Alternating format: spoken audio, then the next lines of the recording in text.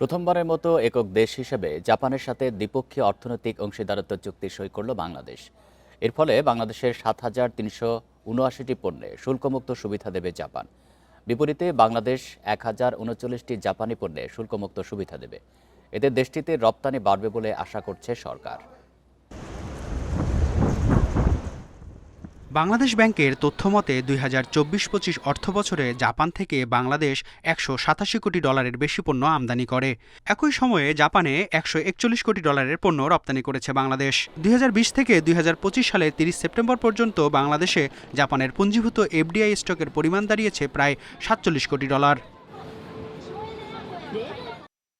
বাণিজ্য মন্ত্রণালয়ের তথ্য অনুযায়ী স্বল্পোন্নত দেশ এলডিসি হিসেবে বাংলাদেশ এ প্রথম বিশ্বের চতুর্থ বৃহত্তম অর্থনীতির দেশ জাপানের সঙ্গে একটি অর্থনৈতিক অংশীদারত্ব চুক্তি ইপিএ সই করল।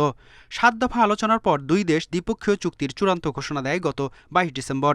চুক্তির ফলে ২০২৯ সাল পর্যন্ত দেশটিতে তৈরি পোশাকসহ অন্যান্য পণ্য শুল্কমুক্ত বাজার সুবিধা পাবে বাংলাদেশ। ইপিএ চুক্তি কার্যকর হলে বাংলাদেশ থেকে রপ্তানিকৃত ৭,৩৭৯টি পণ্যে শুল্কমুক্ত প্রবেশাধিকার দেবে জাপান। এর মধ্যে প্রধান পোশাক পণ্য। বিপরীতে বাংলাদেশ ১৮ বছরের মধ্যে ধাপে ধাপে ১,০৩৯টি জাপানি পণ্যে শুল্কমুক্ত সুবিধা দেবে।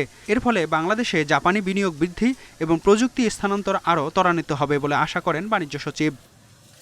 আমরা ইমিডিয়েটলি স্বাক্ষরের এটা রেটিফিকেশনের পর সাথে সাথে আমরা জাপানে প্রায় আমাদের সব পণ্যের উপরই শূন্য শুল্ক সুবিধা পাবো।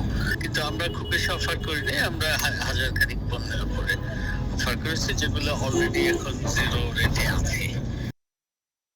বাংলাদেশ শীঘ্রই স্বল্পোন্নত দেশ এলডিসি থেকে উত্তরণ করবে। এতে বিদ্যমান শুল্কমুক্ত সুবিধা হারানোর ঝুঁকি তৈরি হবে।